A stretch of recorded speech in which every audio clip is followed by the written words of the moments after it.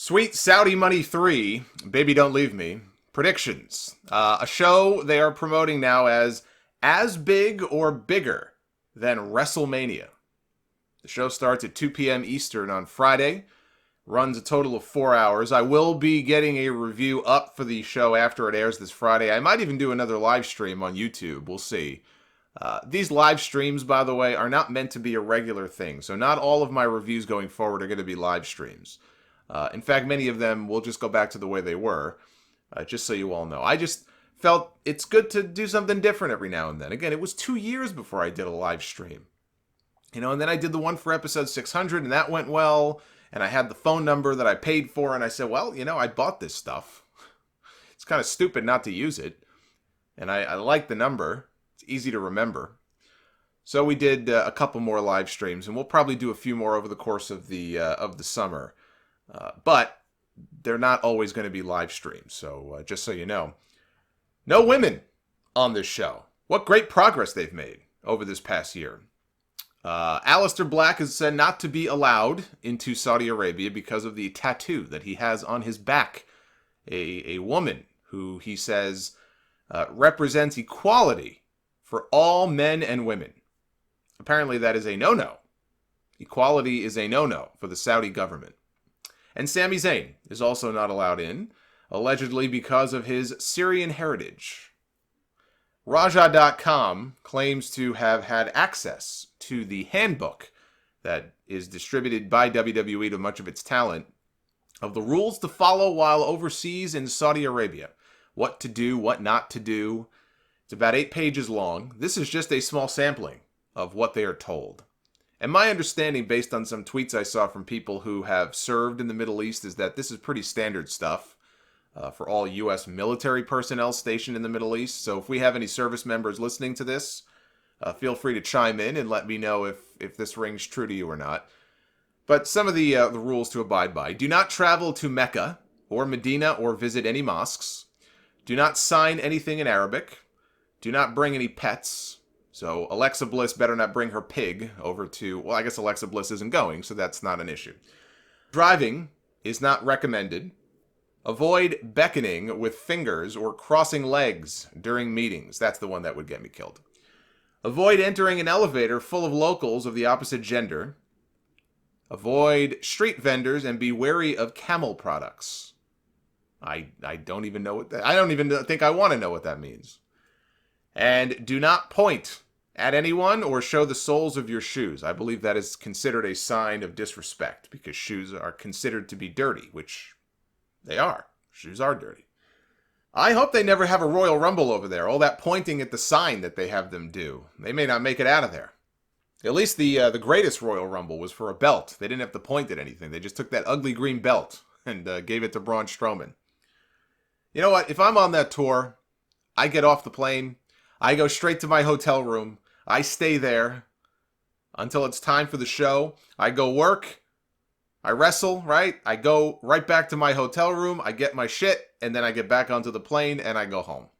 I am not taking any chances because I am sure that I would screw something up, and I would end up causing some kind of international incident.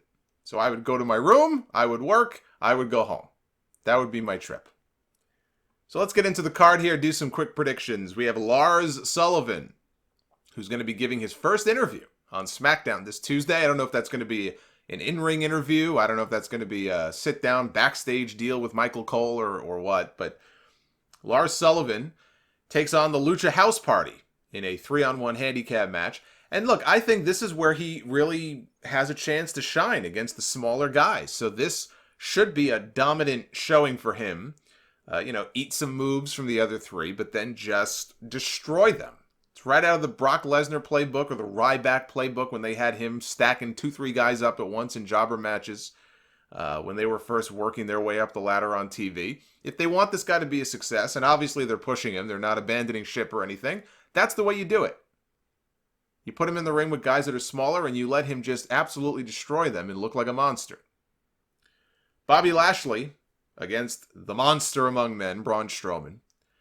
The least they could do is have Braun defend his greatest Royal Rumble title here on this show. the Green Monster that he won last year. Finn Balor defends his Intercontinental Championship against Andrade Cien Almas. Actually, I forgot. I'm not giving my predictions here, aren't I? Lars will win, and I have Strowman going over Lashley. I almost forgot to actually do predictions here.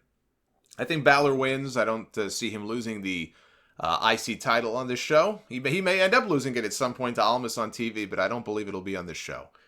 Roman Reigns battles Shane McMahon. Shane already has 2 straight wins over The Miz. If he beats the big dog, well, you know what? They may as well just give him all the titles. So Roman wins that. Triple H takes on Randy Orton. I think Triple H goes over here. Kofi Kingston defends the WWE Championship against Dolph Ziggler.